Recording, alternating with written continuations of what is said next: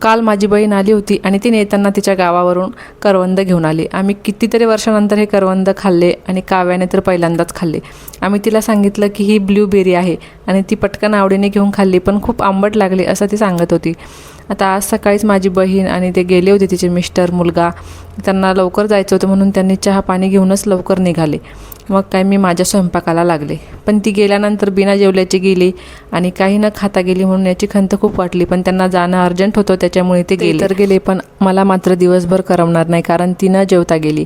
आपलं किती असतं ना की लहानपणी आपण बहिणी बहिणी किती भांडतो आणि किती एका एका गोष्टीसाठी एकमेकींना भांडत असतो, मारत असतो, पण तीच गोष्ट जर आता तिला आपली एखादी आवडली तर आपण लगेचच देऊन टाकतो आणि तिला म्हणतो घेऊन जा, किंवा आपण एखादी गोष्ट घेतली तर आपण तिच्यासाठी सुद्धा घेऊन ठेवत असतो। म्हणजे किती फरक असतो, लहानपणी किती भांडतो, किती मारतो।